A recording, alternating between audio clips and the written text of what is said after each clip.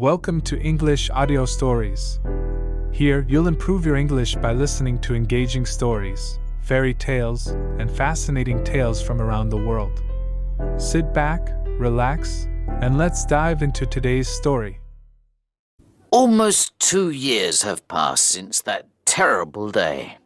I never wanted to speak about it again, but I feel it is my responsibility to describe the events leading up to it. A certain Colonel Moriarty, a brother of Professor James Moriarty, is responsible for rumours and lies about the character of my dear friend Sherlock Holmes that I will not repeat here. I am the only one who knows what happened between Sherlock Holmes and Professor Moriarty, and it is time that the world knew the truth. I still visited 221B Baker Street from time to time when Holmes wanted a companion to help him with his investigations, but not as often as before. In the final year of my visits, Holmes spent more and more time alone. The mystery he was trying to solve occupied a lot of his time, but he wouldn't speak about it, not even to me. One day, in early spring, I received a letter from France.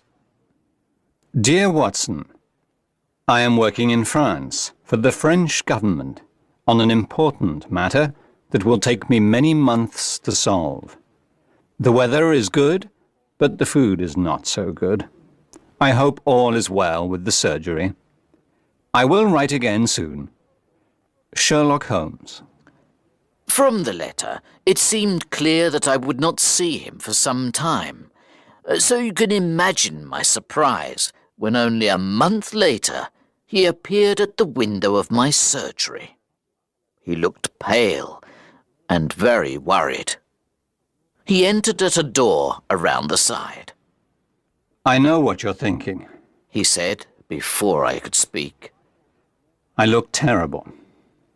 I watched as Holmes went around the room making sure all the windows were locked. He closed the blinds. Holmes, what's the matter? I asked. Air guns, he replied. Air guns? I think you know me by now, he continued. I am not a nervous man, but there's a difference between stupidity and courage. And when someone is trying to kill me, I don't want them to have a clear shot through your windows. Do you have anything to drink? I gave him a glass of water. He checked the windows again. I'm sorry for coming here so late. I won't stay long. I think it's best if I leave over the wall at the back, he said. Holmes, please explain what all this is about. He said nothing. I looked at his hand. It was bleeding. I offered him something to clean it with. Holmes, this isn't a little fight. Look at your hand. Are you alone here in the surgery? He asked. Yes, I am now. There is another doctor who helps me during the week. Maybe he can help while you're away. I want you to come with me on a trip to Europe. I'm not sure of the exact location. We can decide when we get there. Holmes's behaviour was very strange. He never went on holiday. He certainly didn't go on trips for no reason. He saw the worried look in my eyes. There's only one person I can trust with this information, Watson, and that's you. For the first time in my life, he said, I have finally met my equal. His name is known to every criminal in London, but ask anyone in the street, and they'll say they've never heard of him. Professor Moriarty. The man is a genius. He's a criminal mastermind. Moriarty?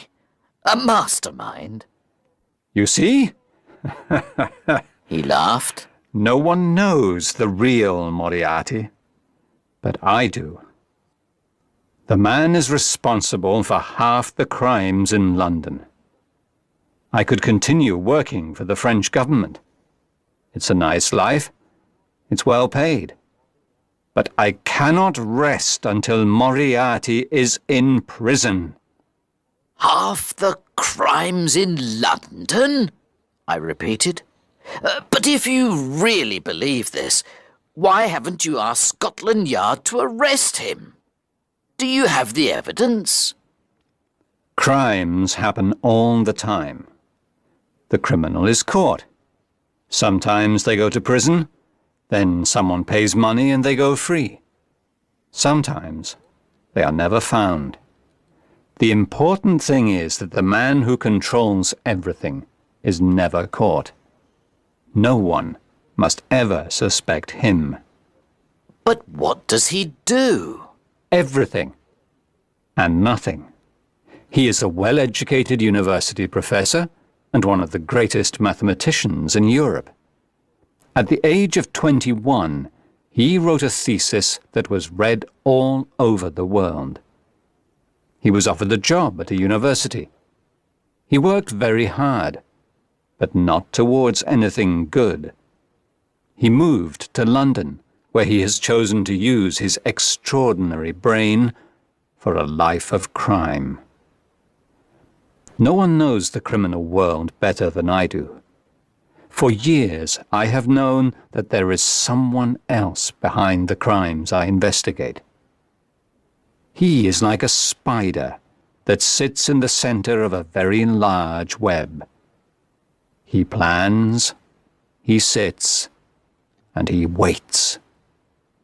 He makes the threads, and I follow them. In 3 days' time, with my information, they could arrest Moriarty and all his men. But if I take one step in the wrong direction, then all my work counts for nothing. I was sitting in my chair, thinking about a case this morning, when a man walked into my room. I knew him immediately. His forehead was high, his skin was pale, and his shoulders were round from the time spent in his study. His eyes were so dark, I couldn't read the slightest emotion in them.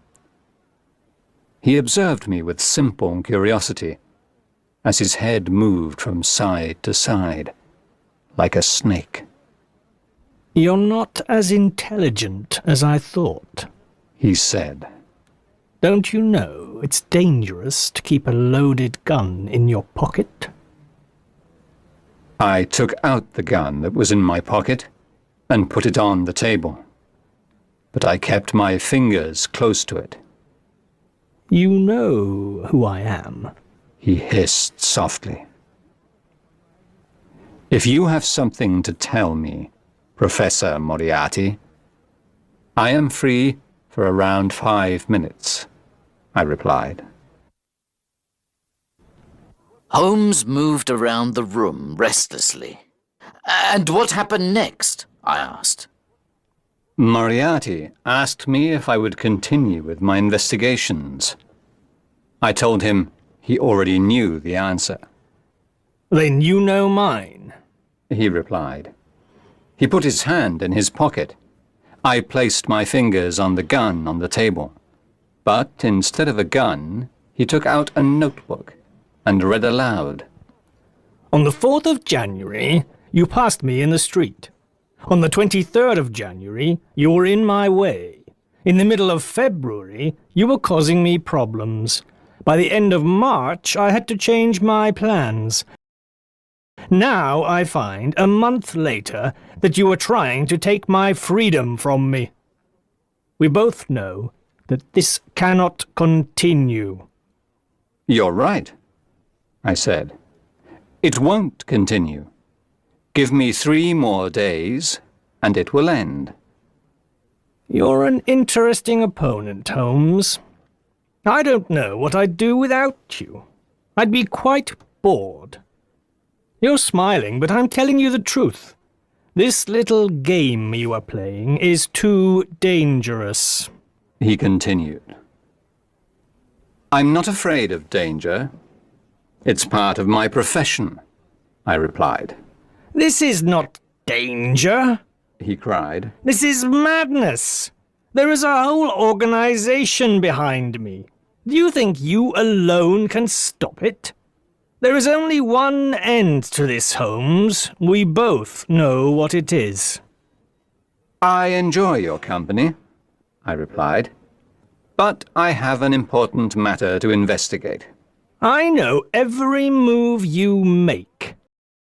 If you try to destroy me, I will do the same to you, He said.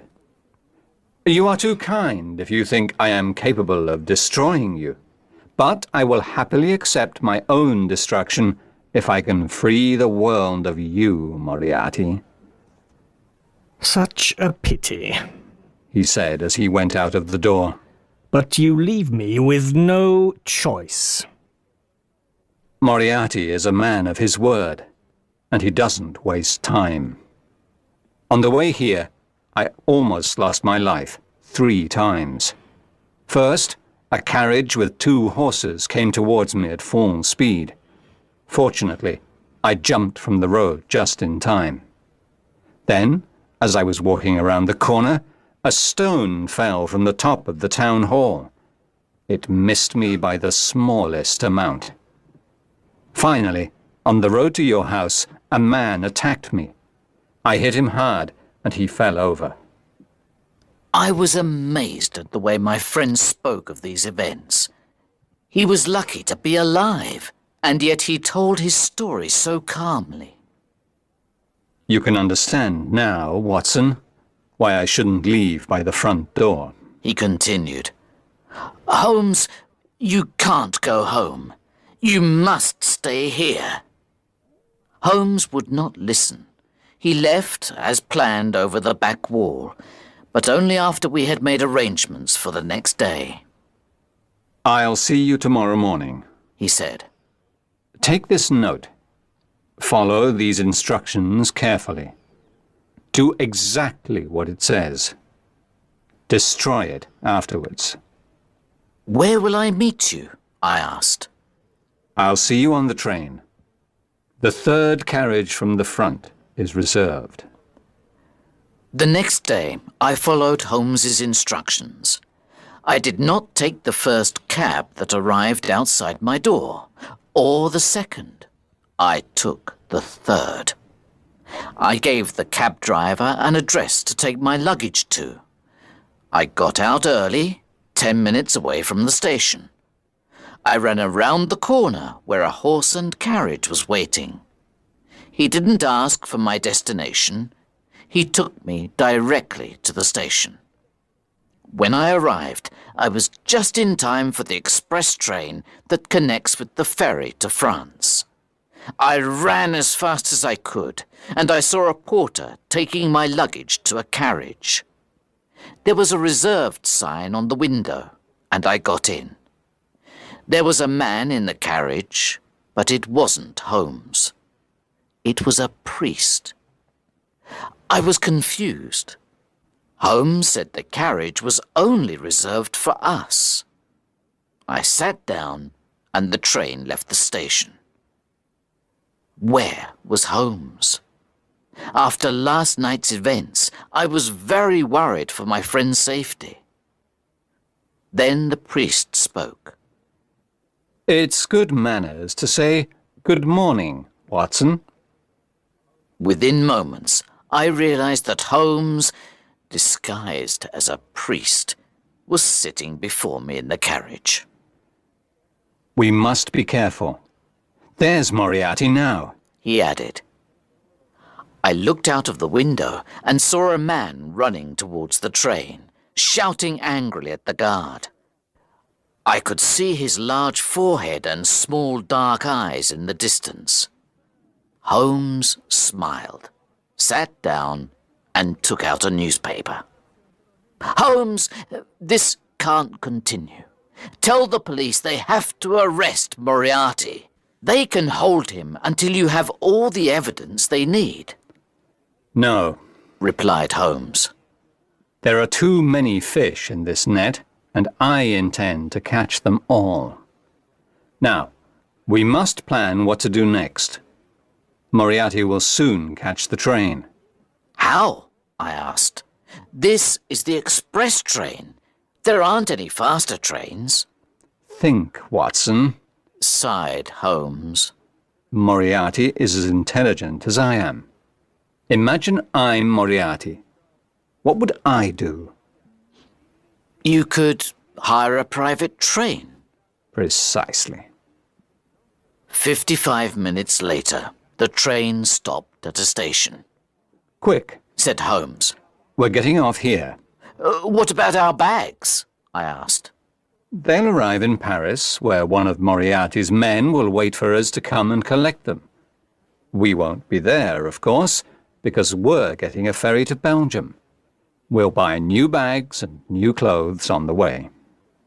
We jumped off the train. Holmes pulled me to the ground and we hid behind some bags on the platform. I watched as the train left and our own luggage disappeared.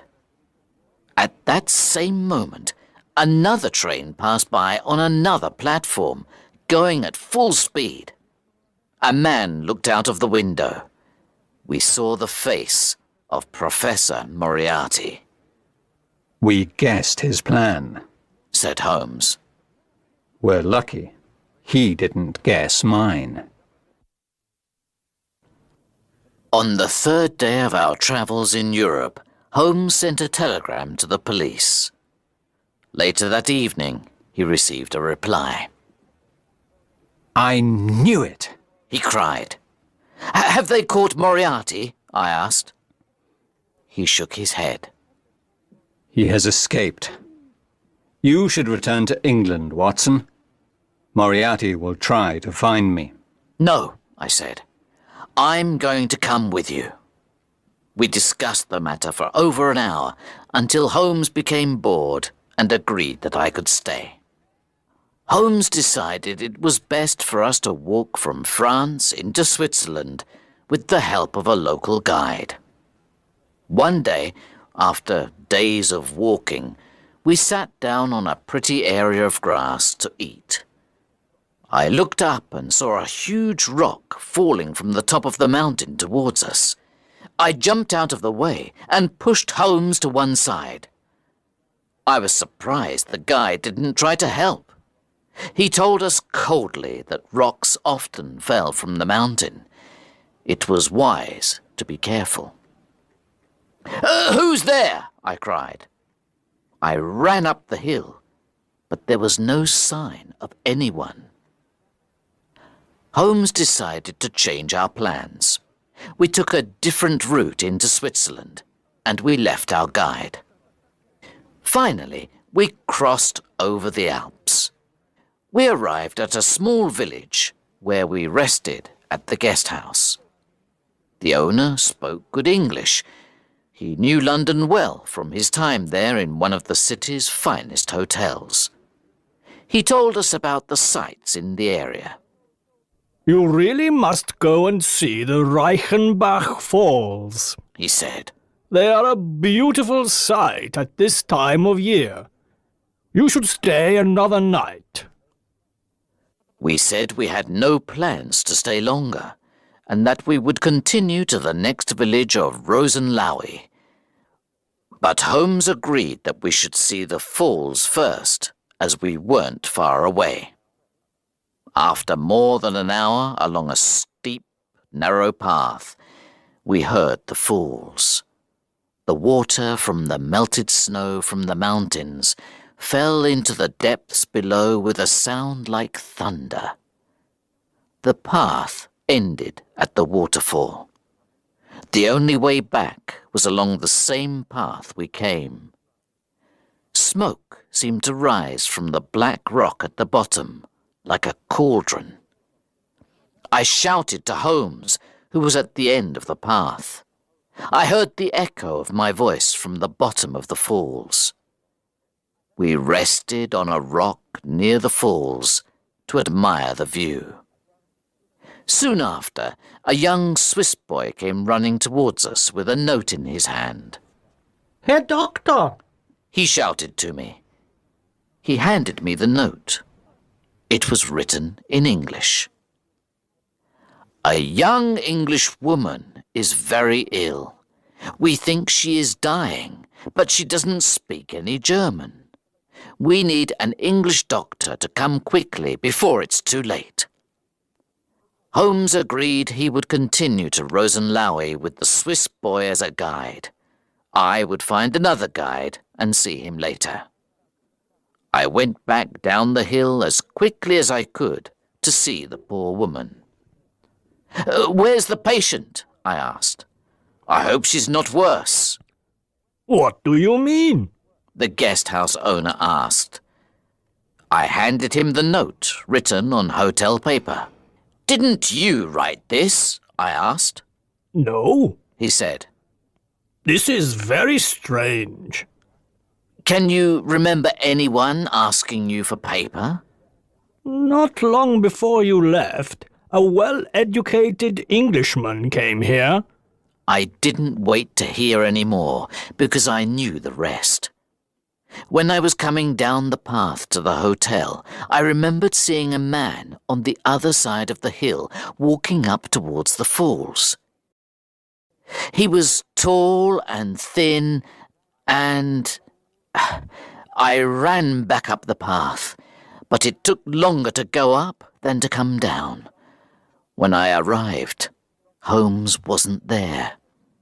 My worst fear was true. There wasn't a sick English lady. It was all a lie, so that I would leave Holmes. I tried to think what Holmes would do. It didn't take long to find out what happened. The sight of Holmes's walking stick against a rock nearby told me that his journey went no further than the end of the path by the waterfall. There were no footprints returning back towards the path.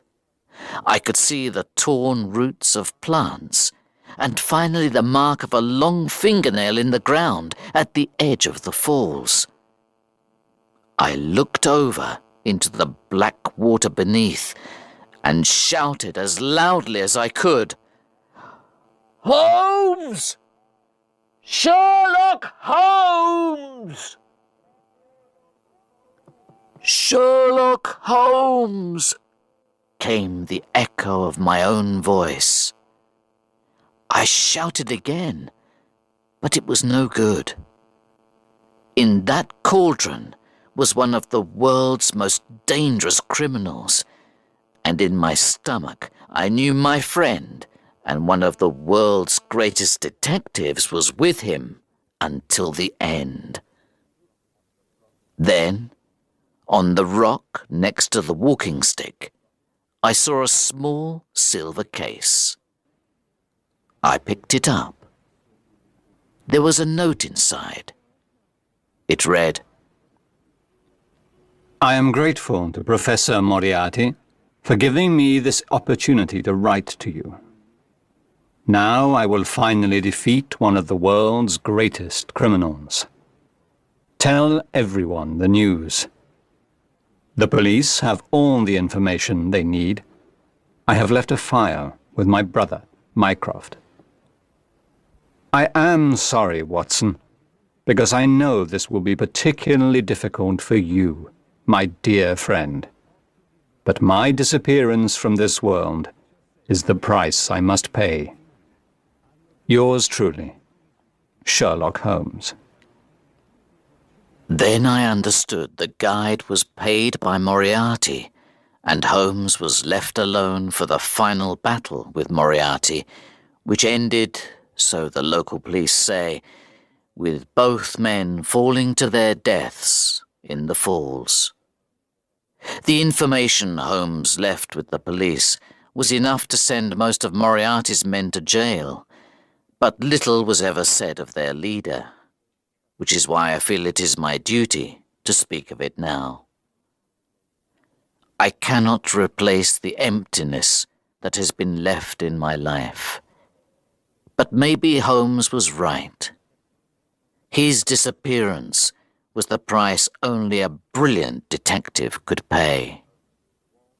Sherlock Holmes was, and always will be, the best and wisest man that I have ever known.